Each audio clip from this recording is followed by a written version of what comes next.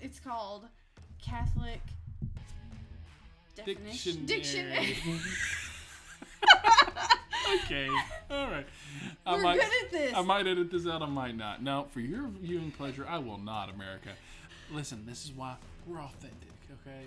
We don't lie. Things that just make sense. The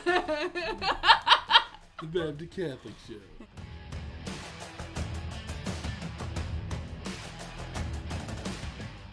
Welcome back into the Baptist Catholic Show, everybody. On this one, let me just get ahead of myself. Where we are sharing Catholicism with Baptist fervor. Wow. Okay. So, today's episode of the Baptist Catholic Show is a little bit different. Well, no. I mean, we're starting a new... Are you contradicting me? Yeah.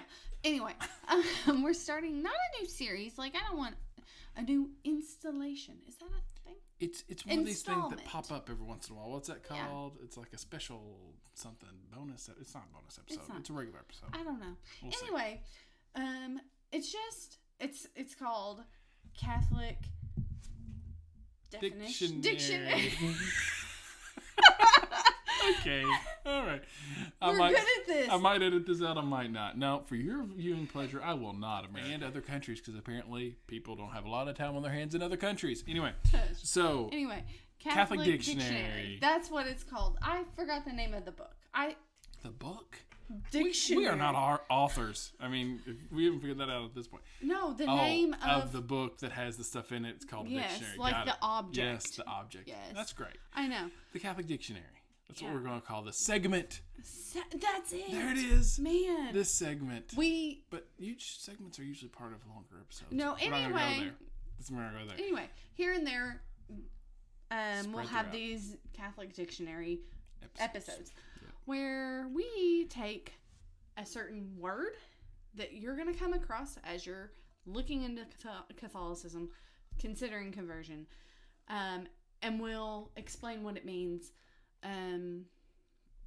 So that's it. Because because one of the things that we as converts, as Baptists become Catholic, the Baptist Catholic, we found on our road to the Catholic Church or swim across the Tiber River, whatever other analogy, is that there's a lot of Catholic jargon that Catholics, I think cradle Catholics probably just take for granted. They know it, they use it, but as you're coming in the church, or if you're from the outside looking in, it is really difficult. And you think, what are these people aren't even Christian. They're speaking all this stuff. Might as well be in a foreign language. It feels like another language. I remember, okay, listen, let me just point you into how not smart I am. I remember somebody saying, that's a true vocation. And I was like, they didn't go to technical school. They didn't do it. Jimmy doing welding. Yes. You know, I was like, that's a physician. That's not vocation.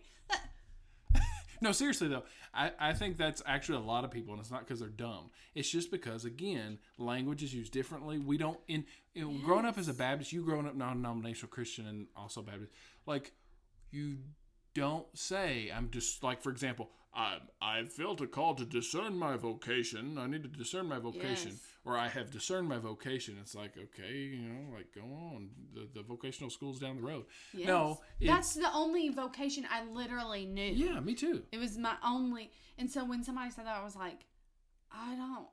Right. I'm just going to, like, nod and act like I know what they're saying. Guess what? If I don't want that for you guys as you're looking into Catholicism. Like, I want you to feel confident. Exactly. In that I'm going to be able, like, because it almost feels like, okay, if I don't know these words, they're going to know I'm not that group. Right. Like, that I don't know what's going on. There's going to be here. a quiz. Yes. Can you imagine? I that's kind of, we say that tongue in cheek, but I think there are people who, that can be overwhelming, all the jargon, and go, you know what, this is so seemingly complicated. I'm good. Like, peace out. Right.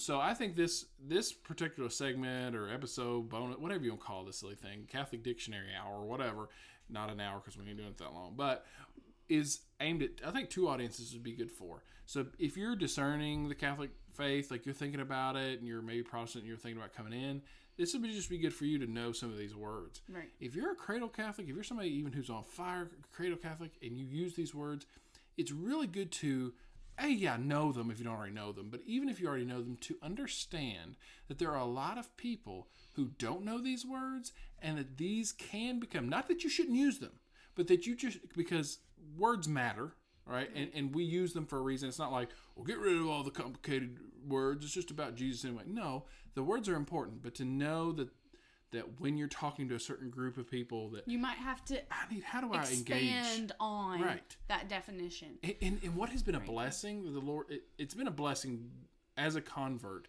because I more or less know that if I'm talking to a certain group of people, it's not that I'm dumbing down my language at all, but I know that they're not going to know what I'm talking about if I use a certain set of vocabulary, so that I can take the same truths that the vocabulary is expressing, but use different words to communicate that.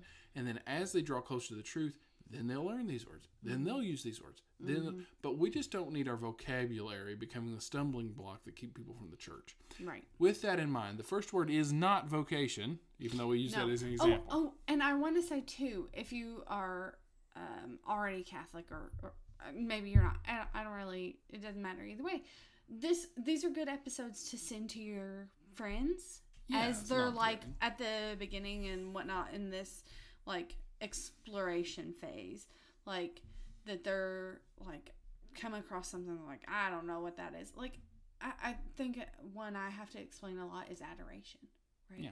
Like that we go and sit before Jesus. It's not a complicated concept, but when if you just say, I went to adoration yesterday. Yes. What are you talking about? You went to adoration yesterday. Yeah, it doesn't make sense to people who are not Catholic. So, first word is, drum roll, Catechism. Right. Okay, I thought that's an appropriate one to start out with. Well, and so I picked this one as the first because we talk about the Catechism a lot on this show. Yes. We refer to it a lot. And I was like, have we defined that term? We say that a lot, but I sure didn't know what the Catechism was before becoming Catholic. I didn't know what catechesis was before becoming Catholic.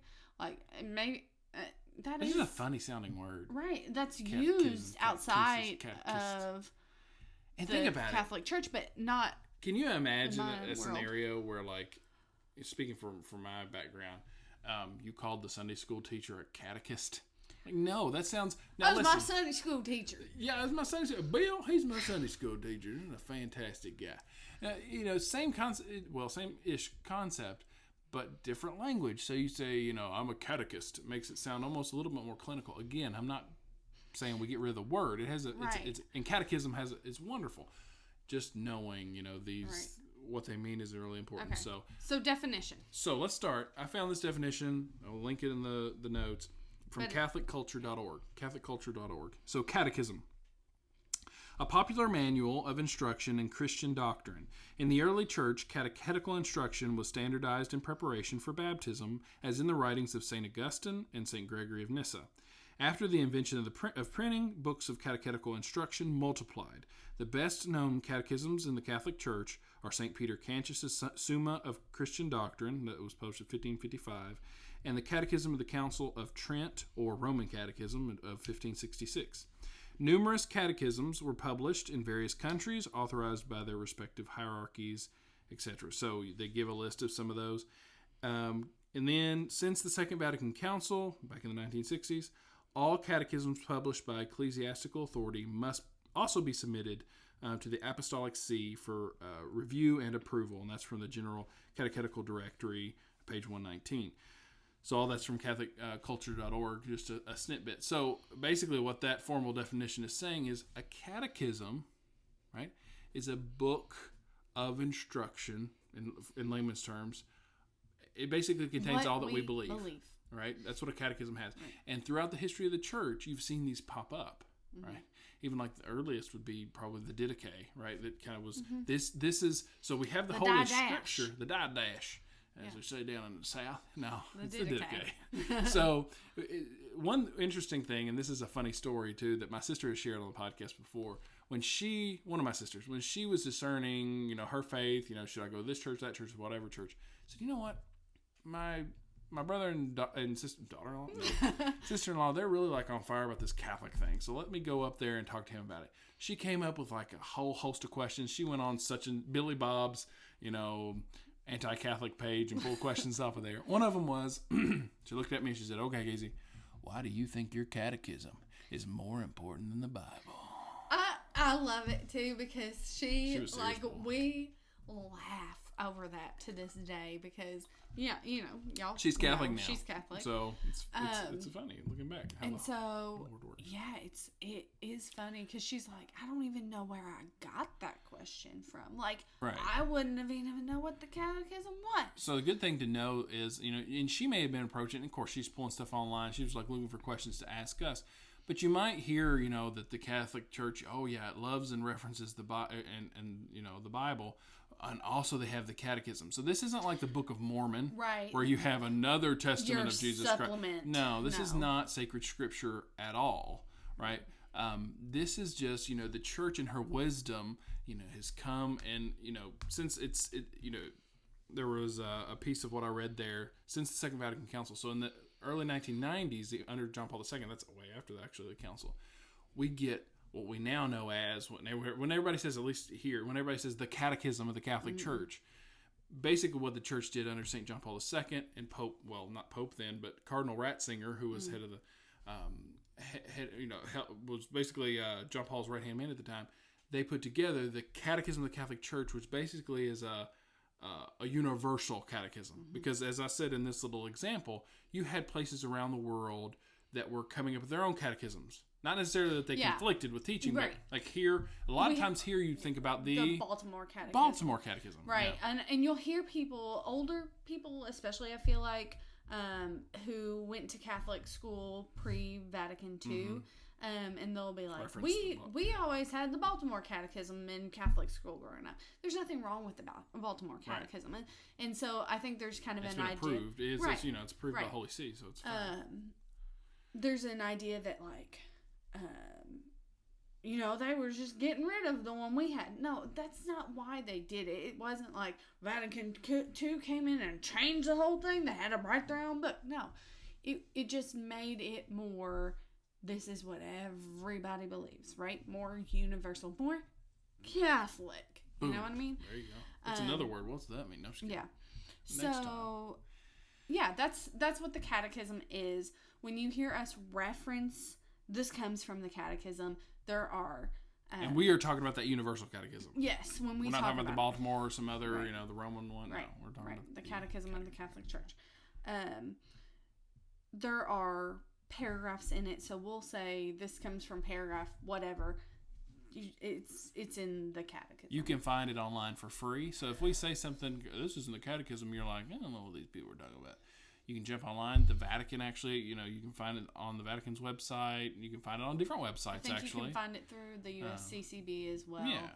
So you can go find it for free online. You can, of course, order it and buy it yourself. I would highly recommend you get one and get familiar with it, even if you're the slightest bit.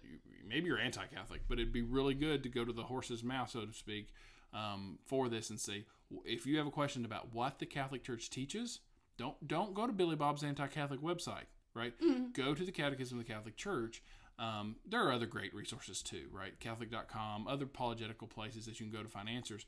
But this is just a standardized compendium of what we believe as Catholics. And it's just a great one-stop shop. It's also beautifully written, right? Oh, absolutely. Gorgeous. Gosh, I mean, if you ever sit and read the Catechism, I mean, quotes from saints that are just fantastic. Full of the scriptures. Full of scripture, full of... church documents from councils, all the way back, really. Yeah. And you're when I say quotes from saints, I mean things like Saint Justin Martyr, Saint Bernard of Clairvaux, like these amazing, great saints. Saint Augustine, tons of Saint Augustine in there. Mm-hmm. Saint Thomas Aquinas, of course, in there. So it's packed. Yeah, it's packed. It's just awesome, and it is so beautifully written. It's like awesome. You said. It's really well done. Here's a practical resource for you as we kind of wind this down. These episodes are going to be a little shorter than normal, just because We don't want to overburden you with a whole episode, like a 45-minute episode on the word catechism. Wow, that would be entertaining, wouldn't it? Never going back to them again on this. But Father Mike Schmidt's Catechism in a Year. You don't have to wait till January. Just do it now. I'm behind on it, to be honest with you, but it's awesome. So you can get their catechism, or you can get whatever catechism that's been published since Vatican II, and basically walk along with him as you're reading a section of the catechism. Then he has some reflection on what you just read, and kind of puts that into context of the faith. Super engaging, really good way. If you're wanting to get into the catechism but you're a little overwhelmed, you start reading it and you're like, first 3 pages in, or you're just like, I have no idea. Some of these words are crazy, and what is sacrosanctum concilium and all these different words about from these different councils or whatever that you don't understand. He does a really great job of walking alongside of you. I think you'll really find it helpful. So consider that as a good practical resource. But my overall thing is go get you a catechism. They're pretty cheap. They're not that expensive if you want to get one physically. And just go. If you want to know what the Catholic Church teaches, you need to come to the Catholic Church to find those answers. Don't go to so-and-so said that you all worship Mary. Go see what the Catholic Church teaches about Mary. So-and-so says you believe this about baptism or salvation or whatever. You're going to find the answer in the Catechism of the Catholic Church. And so I highly, highly recommend you go get one. Definitely a necessary word on the road into the church. Yeah. Or around the church. If you're anywhere in the vicinity. Yeah, even if you're, like I said, even if you're like totally anti-Catholic, you listen to this and you think you are goobers, you have no idea you're going to hell. Okay, fair enough. Get your catechism. It's not going to burn you when you touch it, but it'll help you to see, okay, I'm going to find what Catholics believe so I can refute it. Go for it, buddy. Let's do it. So super, super helpful there. Do me a favor, if you're on YouTube and you're watching these, if you will like this video, subscribe, push the little bell button thingy, and if you're listening to this on audio, go check us out on Facebook. Facebook? Yeah, we're there too, but YouTube is what I was talking about. Go there and check us out. We are on the Facebooks. We're on the Instagrams. We're on everywhere where the youths are. That's where we are. Hello, fellow youths. Here with my typewriter. Anyway. So, just check us out. We're trying to do some new things, some things to engage our audience. We'd really like your support. If you can leave us a review on Apple or wherever, that would be awesome. Very much appreciated. Helps us out, helps the word get out, and the message of the Lord and His church get out to other people. Yeah. So, like we say at the end of every little podcast we do here, join us here next time on the Baptist Catholic Show.